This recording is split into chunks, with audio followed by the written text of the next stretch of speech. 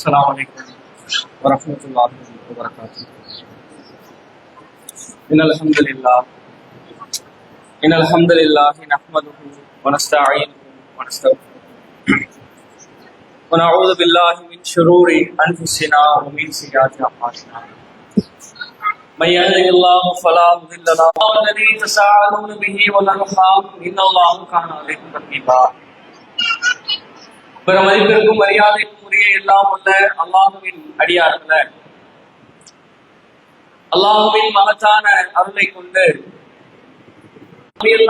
ஸல்லல்லாஹு அலைஹி வஸல்லம் அவர்களின் மீதும் அவர்களை பின்பற்றி வாழ்ந்த மக்களின் மீதும் குறிப்பாக அனைவரின் மீதும் என்றென்றும் நீடித்திட வேண்டுமாக. கனிமிகுந்த எல்லாம் உள்ள அல்லாஹுவின் அடியார்களே, நாம் அமர்ந்திருக்கக்கூடிய இந்த சபை என்பது அல்லாஹ்விடத்திலே மாணவர்கள் செல்லுவார்களாம். அப்படி செல்லும் பொழுது அல்லாஹ்வுடைய ஆலயம், இங்கே பேசப்படக்கூடிய விஷயங்கள் அல்லாஹ்வுடைய வார்த்தைகள், அல்லாஹ்விற்கு பயந்து நம்முடைய வீட்டு பேச்சுக்களை, நாம் நமக்கு சம்பந்தப்பட்ட பேச்சுக்களை வெளியிடங்களில் பேசிக்கொள்ளலாம். வெளி பேச்சுக்களை பேசுவதற்கான சபை இது அல்ல என்பதை நாம் புரிந்து கொண்டு ஏற்றுக்கொண்டீர்களோ அவர்கள் இந்த உலகத்தில் சோதனை இல்லாமல் வாழலாம் என்று நினைத்து விடாதீர்கள். அல்லாஹ்வுடைய மார்க்கத்தை ஏற்றுக்கொண்டதற்காக, அல்லாஹ்வுடைய தீனிலே இருக்கிறோம் என்பதற்காக நாம் எல்லாவற்றிலும் சரியாக இருக்கிறோம். இந்த உலகத்திலே நம்மை நம்பிக்கை கொண்டோருக்கு அவர்களின் செல்வத்தை பாழாக்கி அவருடைய செல்வத்தை சேதப்படுத்தி நாம் சோதிப்போம். நெருக்கமானவர்களின் உயிர்களை நாம் பறித்தவர்களை சோதிப்போம். பசியினால் சோதிப்போம். ஒரு சாதாரண முஸ்லிமுக்கு அல்லாஹ் இத்தனை விதமான சோதனையை சொல்லி காட்டுகிறான் என்றால், இறைவனின் தூதர்களாக வந்த நபிமார்கள் எந்த அளவிற்கு இந்த உலகத்தில் சோதிக்கப்பட்டார்கள் என்பதை நாம் சற்று சிந்தித்து பார்க்க வேண்டும். ஏனென்றால் இன்றைக்கு நம்முடைய வாழ்க்கையில் ஏற்படக்கூடிய சில சோதனைகளுக்காக அல்லாஹ்வை ஏசக்கூடிய காட்சிகளை நம்மால் பார்க்க இயலுகிறது.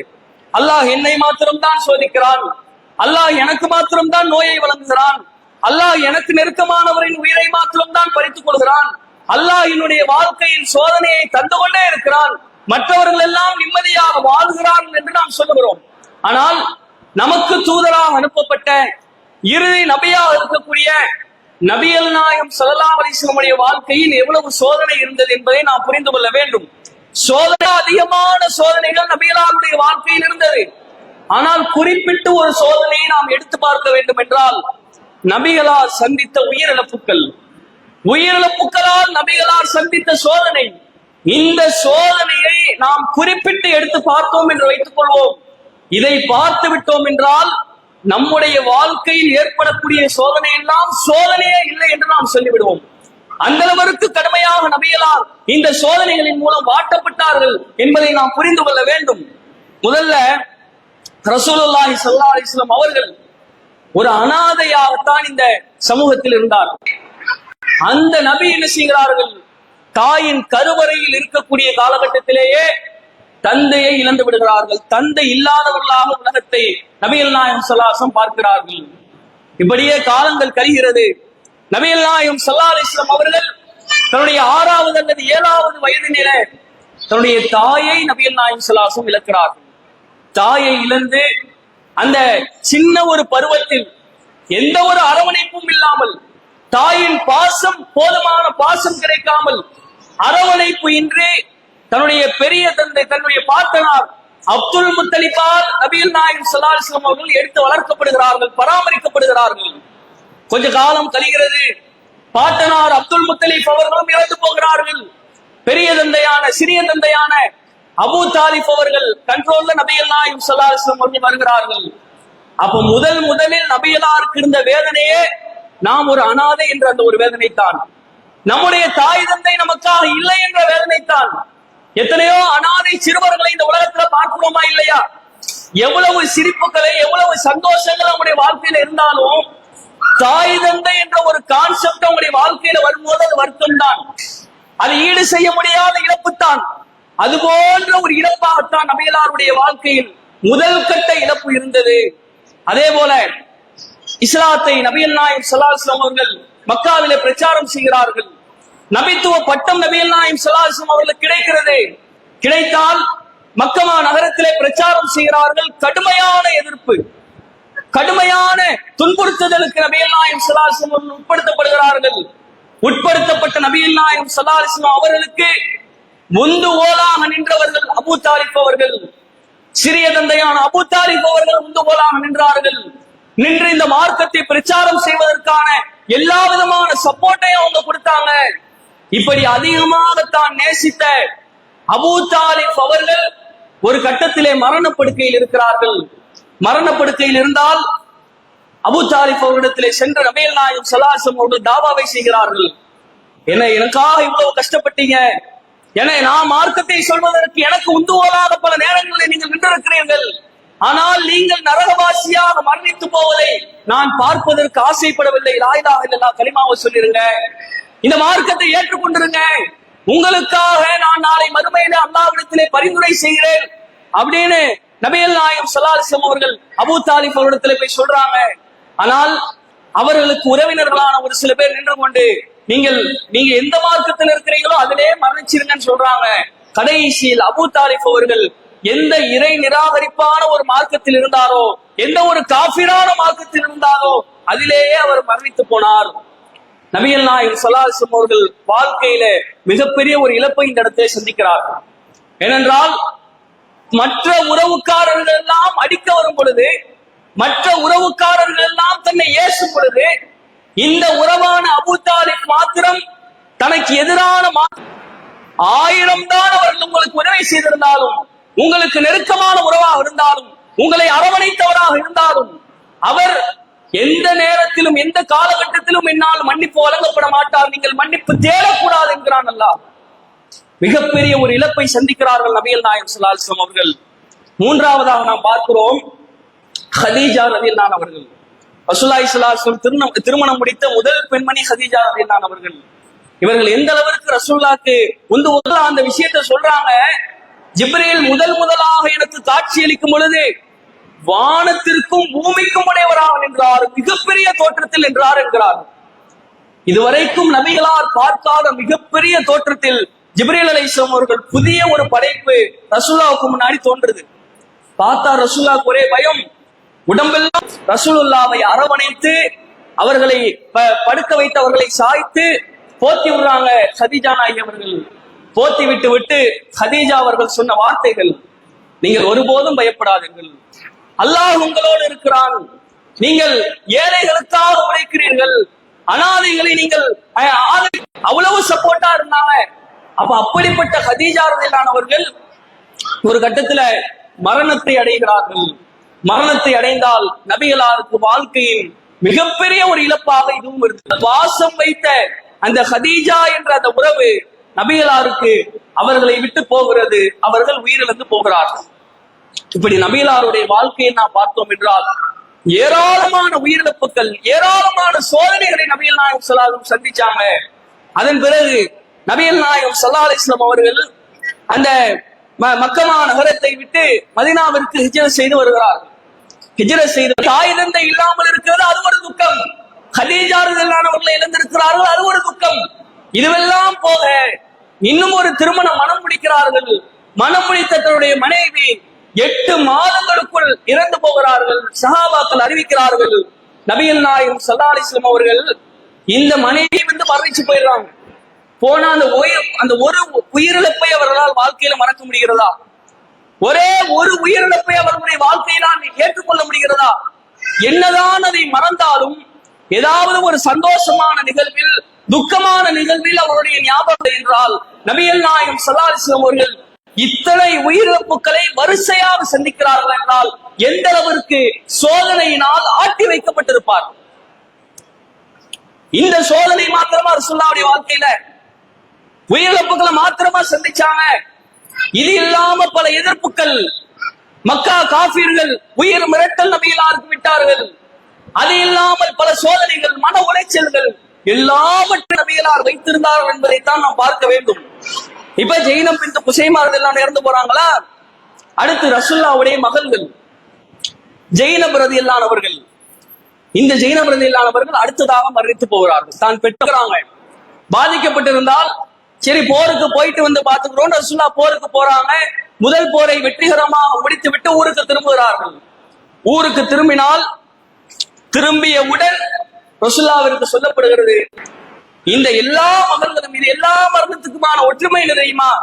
நபிகளார் வாழும் காலத்திலேயே இந்த எல்லோரும் மரணித்து போனார்கள். அந்த அளவிற்கு கடுமையான சோதனை. அடுத்து உம்மு குல்சூம் ரலியல்லாஹு, உஸ்மான் ரலியல்லாஹுவை ஒரு 4 பிள்ளைங்க இருக்கிறாங்க. இங்க நமக்கு பிறந்த 4 குழந்தைகள் இருக்கிறார்கள் என்றால் 4 குழந்தைகளும் நாம் உயிர் வாழும் காலத்திலேயே நம்முடைய கண்முன்னால் மரணித்து போனால் எந்த அளவிற்கு நம்முடைய உள்ளம் ஆட்டி வைக்கப்படும். அதே போன்று நம்முடைய உள்ளத்தை போன்றுதான் நபிகளாருக்கும் இருந்தது. இப்படி தொடர்ச்சியான மரணத்தை நபிகளார் சந்தித்தார்கள் என்ற செய்தியை பார்க்கிறோம். மகள்கள் இறந்து போனது அது ஒரு பக்கம்.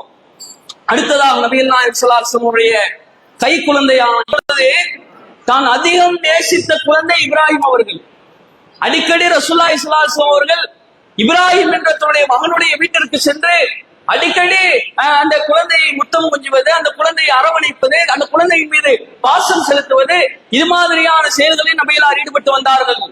இப்படி அதிகமான பாசம் வைத்திருக்கும் நிலையில் தன்னுடைய கை குழந்தையான இப்ராஹிம் அவர்கள் மரணித்து போகிறார்கள். அப்ப ரசூலுல்லாஹி ஸல்லல்லாஹு அலைஹி வஸல்லம் அவர்கள் அழுகிறார்கள், கதறி அழுகிறார்கள். அப்ப ரசூலுல்லாஹி ஸல்லல்லாஹு அலைஹி வஸல்லம் அவர்கள் சொல்கிறார்கள், அல்லாஹ் என்னுடைய உள்ளத்தில் கருணையை படைத்திருக்கிறான், அந்த கருணை என்னை அள வைத்து விட்டது, என்னுடைய குழந்தை மரணித்து விட்டான் என்று நபிகள் நாயகம் ஸல்லல்லாஹு அலைஹி வஸல்லம் அவர்கள் சொல்கிறார்கள். அதை சொல்லிவிட்டு ரசூலுல்லாஹி ஸல்லல்லாஹு அலைஹி வஸல்லம் அவர்கள் மேலும் தன்னுடைய துக்கத்தை எப்படி வெளிப்படுத்துறாங்க, என்னுடைய பிள்ளையை அல்லாஹ் இப்படி பறிச்சுக்கிட்டானே அப்படின்னு கதறக்கூடிய காட்சிகளை பார்க்க முடிகிறது. ஆனால் நபிகளார் தன்னுடைய கை குழந்தை இறந்ததை பார்த்து நபிகளார் துக்கத்தினால் உள்ளங்கள் எல்லாம் குபுறலாக்கப்பட்ட நபிகள் நாயகம் ஸல்லல்லாஹு அலைஹி வஸல்லம் அவர்கள் ஒரு சில வார்த்தைகளை பயன்படுத்துகிறார்கள். இப்ராஹிமுடைய அந்த ஜனாசாவை கையில் வைத்துக் கொண்டிருப்பதற்கு நபிகள் நாயகம் ஸல்லல்லாஹு அலைஹி வஸல்லம் அவர்கள் அந்த குழந்தையை நேசித்தார்கள். கை குழந்தையாக இருக்கும் பொழுது இப்ராஹிம் அவர்கள் மரணித்து போனார்கள். மேலும் நபிகள் நாயகம் ஸல்லல்லாஹு அலைஹி வஸல்லம் பேரப்பிள்ளை ஜெய்னப் ரலியல்லாஹுடைய மகன் பேரப்பிள்ளை ஒரு போரிலே கொல்லப்படுகிறார்கள். ஒரு முனாஃபிக்கினால் திட்டமிட்டு ஹம்ஸா ரலியல்லாஹு அவர்கள் கொல்லப்படுகிறார்கள். கொல்லப்பட்ட அந்த ஹம்ஸா ரலியல்லாஹு அவருடைய அந்த உடலை பார்த்த நபிகள் நாயகம் ஸல்லல்லாஹு அலைஹி வஸல்லம் அவர்கள், அந்த மரணத்தை சந்தித்த நபிகள் நாயகம் ஸல்லல்லாஹு அலைஹி வஸல்லம் அவர்கள் கோபத்தோடு இருக்கிறேன் என்று ஹம்ஸா ரலியல்லாஹு அவர்கள் மரணித்த பல நாட்களுக்கு பிறகும் கூட ரசூலுல்லாஹி ஸல்லல்லாஹு அலைஹி வஸல்லம் அவர்கள் அந்த துக்கத்தை வெளிப்படுத்தினார்கள். என்றால் ஒரு மனிதரால் இவ்வளவு சோதனையை சந்திக்க முடியுமா? ஒரு மனிதரால் இவ்வளவு உயிரிழப்புகளை சந்திக்க முடியுமா? பிள்ளைகளில் ஆரம்பித்து பேர பிள்ளைகள். ரசூலுல்லாஹி ஸல்லல்லாஹு அலைஹி வஸல்லம் ஒரு நபர் வருகிறார், ஒரு தோழர் வருகிறார். வந்து யா ரசூலல்லாஹ், என்னுடைய தந்தை சொர்க்கவாசியா நரகவாசியா என்று கேட்கிறார். அப்படி கேட்கும் பொழுது ரசூலுல்லாஹி ஸல்லல்லாஹு அலைஹி வஸல்லம் சொல்றாங்க, உன்னுடைய தந்தை நரகவாசி தான், நரகத்திலே தான் இருக்கிறார் அப்படின்னு சொல்றாங்க. அவர் அழுது கொண்டு துக்கத்தோடு அப்படியே கலைந்து அந்த சபையை விட்டு செல்கிறார். செல்லும் பொழுது நபிகள் நாயகம் ஸல்லல்லாஹு அலைஹி வஸல்லம் அவர்கள் திரும்ப அந்த தோழரை அழைக்கிறார்கள். தோழரே, நீங்க உங்களுடைய என்று தன்னுடைய தந்தையை பார்த்ததில்லை, தந்தையின் அரவணைப்பை உணர்ந்ததில்லை, தந்தையை பார்ப்பதற்கு முன்னே தன்னுடைய தந்தை இறந்து விட்டார்கள். அப்படி இருக்கும் நிலையில தந்தைக்காக பாவ மன்னிப்பு கூட தேட முடியாமல், தந்தைக்காக எந்த ஒரு செயலையும் இந்த உலகத்தில் அவர்கள் நன்மை சேர்க்கும் விதமாக செய்ய முடியாமல் ரசூலுல்லாஹி ஸல்லல்லாஹு அலைஹி வஸல்லம் அவர்கள் சொன்னார்கள், என்னுடைய தந்தையும் நரகத்தில் தான் இருக்கிறார் என்றார். எந்த ஒரு முஸ்லிமாவது முஃமினாவது உலகத்துல என்னுடைய தந்தை நரகத்துக்கு போக நினைப்பானா? ஆனால் ரசூலுல்லாஹி ஸல்லல்லாஹு அலைஹி வஸல்லம் அவர்களுக்கு நரகத்தின் வேதனை என்றால் என்னவென்று தெரிந்திருந்தது. நரகத்தை தாய், தன்னை பெற்றெடுத்த தாய், கஷ்டத்தோடு சுமந்த தாய், தனக்காக தியாகம் செய்து தன்னை சுமந்து பெற்றெடுத்த தாய்க்காக நபிகளார் கடந்து செல்கிறார்கள் கபரை. ஆனால் துவா செய்ய முடியவில்லை. ஹதீஸ்ல வருகிறது, நபிகளார் எப்பொழுதெல்லாம் தன்னுடைய தாயின் கபரை கடந்து செல்வார்களோ எல்லா நேரத்திலும் அந்த கபறுகளிலே சாய்ந்து கொண்டு நபிகளார் கதறி கதறி அழக்கூடியது கடந்து போய்விட்டது. நபிகளார் தன்னுடைய மரண வேதனையில் இருக்கிறார்கள். மரண வேதனை என்றால் சாதாரண வேதனை இல்ல, சக்கராத்துடைய நேரத்தில் இருக்கிறாங்க. நபிகளார் சொல்கிறார்கள், உங்களில் சாதாரணமான மனிதர்களுக்கு வழங்கப்படக்கூடிய 2 பேருக்கு வழங்கப்படக்கூடிய மரண வேதனை எனக்கு ஒற்றையாளுக்கு வழங்கப்படுகிறது என்றார்கள். அந்த அளவிற்கு கடுமையாக அழைக்கிறார்கள். ஃபாத்திமா ரலியல்லாஹு அவர்களை கூப்பிடுகிறார்கள். கூப்பிட்டு காதுல ஒரு விஷயத்தை ஃபாத்திமா ரலியல்லாஹு இடத்துல சொல்லுகிறார்கள். என்ன சொல்றாங்க? சொன்ன உடனே எந்த அளவிற்கு கதறி அழுது சென்றார்களோ, ஃபாத்திமாவே மரணத்தின் வேதனையை அடைந்து விட்டேன், எனக்கு பிறகு நீங்கள் தான் மரணத்தை அடையவிருக்கிறீர்கள் என்று நபிகளாருடைய வாயால் தன் மகளிடத்திலே சொல்லுகிறார்கள் என்றால், இதைவிட ஒரு வேதனையான இருந்தாலும் ரசூலுல்லாஹ் அடுத்து சொர்க்கத்தை பார்க்க போறாங்க, மிக உயர்ந்தமான ஒரு இடத்திற்கு போக போறாங்க, அதெல்லாம் ஒரு பக்கம். ஆனால் ஒரு தந்தையாக, ஒரு மனிதராக, ஒரு உணர்வுடைய ஒரு மனிதராக அந்த இடத்திலே நபிகளாருடைய மனது எப்படி இருந்திருக்கும்? அப்ப இந்த ஃபாத்திமா ரலியல்லாஹு அவர்கள் தான் மரணிக்க போற செய்தியை கேள்விப்பட்டிருந்தும் கூட சந்தோஷமாக வந்ததன் காரணம் என்ன தெரியுமா? தான் மரணிக்கக்கூடிய அந்த ஒரு விஷயத்தை நினைச்சு கவலைப்படல. மரணித்த பிறகு நாம் சொர்க்கத்திற்கு போகவிருக்கிறோம், சோதனையை சந்தித்தால் நாளை மறுமையில் சொர்க்கம் இருக்கிறது, அங்கே நிரந்தரமாக வாழலாம். அப்படி அவர்கள் தன்னுடைய வாழ்க்கையை